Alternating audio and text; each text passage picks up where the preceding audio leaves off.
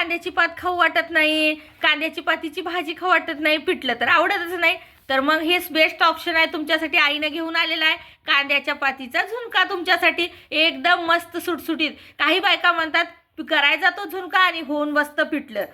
तर मग बघा हा झुणका आईने कशा पद्धतीने केलेला आहे, खूप साऱ्या टिप्स सांगितलेल्या आहेत, नक्की बघा आणि बघितलं तर खूप फायदा होणार आहे कांद्याच्या पातीचा झुणका. तर चला मग बघूया व्हिडिओ. अशी मस्त कोवळी कांद्याची पात आणायची बाजारातून, जरा जास्त निब्बर बघून आणू नका, कवळी कवळी आणा, हिरवी ताजी ताजी बघून. आणि ही पात आहे ना अशीच्या अशी अख्खी अशीच धुवून घ्यायची.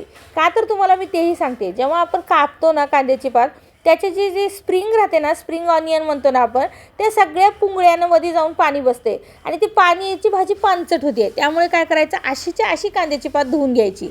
आई अशाच प्रकारे करते आणि मग धुवून घेतल्याच्या नंतर मग त्याला आपण कापून घ्यायची, म्हणजे एकदम छान आणि मस्तपैकी कांद्याची पात चिरून तुम्हाला मिळेल. बारीक कापा, मोठी कापा, जसे घरामध्ये जसं खातील तशा प्रकारे करा ही कांद्याची पात अशी. आणि ती जी कांद्याची पातीचे ते कांदे आहेत ना ते सुद्धा घ्यायचे.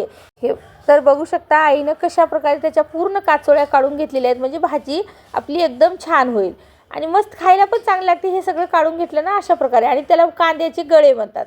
त्यामुळे ते कांदे सर्व कापून घ्यायचे, कांदा घातला तर त्याच्यामध्ये छान होते. हे असे सगळे राहतात ते पहिलेच काढून घेऊन मग छान धुवून घ्या, म्हणजे कुठं माती हे राहू शकते छानपैकी. आणि धुवून घेतल्यानंतर आता आपण ह्याला कापून घेऊया आणि मग फोडणीला सुरुवात करूया. तर चला मग. नमस्कार, श्री स्वामी समर्थ. बघू शकता इथं कढई मस्त तापलेली आहे आपली.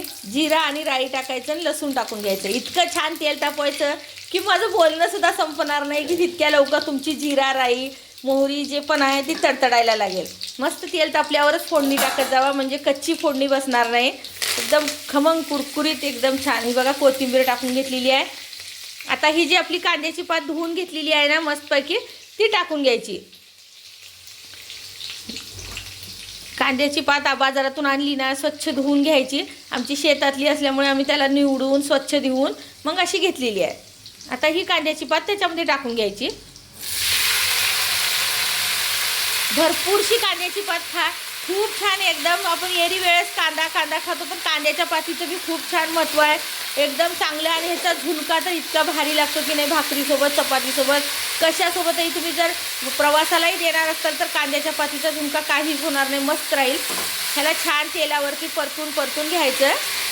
झाकण ठेवून थोडंसं त्याला वाफ काढून घ्यायची. कांद्याची पात जराशी थोडीशी शिजायला जरा उशीर लागते आपणाला.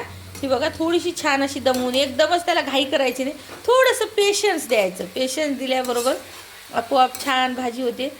आणि ही बघा कांद्याची पात मस्त होते एकदम. खूप जणांचं बघते मी, ते म्हणतात की कांद्याचा पातीचा झुणका करायचा कसा म्हणतात. कोणी म्हणते पिठलंच होऊन बसते त्याचं म्हणतात, पण नाही होत. अशा पद्धतीने करा, आईच्या पद्धतीने करा. कांद्याच्या पातीचा झुणका घेतला तर झुणकाच होईल ते. हे बघा अशा प्रकारे मस्तपैकी झालं आहे. आता आपण सुके मसाले टाकून घेऊया. त्याच्यामध्ये पहिल्यांदा आपली मिरची पावडर टाकलेली आहे ना, मग हळद पावडर आणि थोडीशी बेडकी मिरची टाका कलर येण्यासाठी, आणि चवीनुसार मीठ. मीठ म्हणजे आमचं लाल मीठ आहे, लाल शिंद्यालोण आहे. आम्ही शिंद्यालोणची भाजी खातो, शिंद्यालोण चपातीला टाकतो. आमचं शिंद्यालोण असते, आमचं रोजच उपवास असल्यासारखं. मीठ खात नाही आम्ही, त्यामुळे घाबरून जायचं नाही, जास्त मीठ नाही. ती मस्तपैकी आईनं त्या कांद्याची पात असं भाजून त्यालाच तेल पाणी सुटलेलं आहे, आम्ही घातलेलं नाही. आता हे वरती डाळीचं पीठ, जे आपल्या चण्या डाळीचं पीठ असते ना, ते टाकायचं.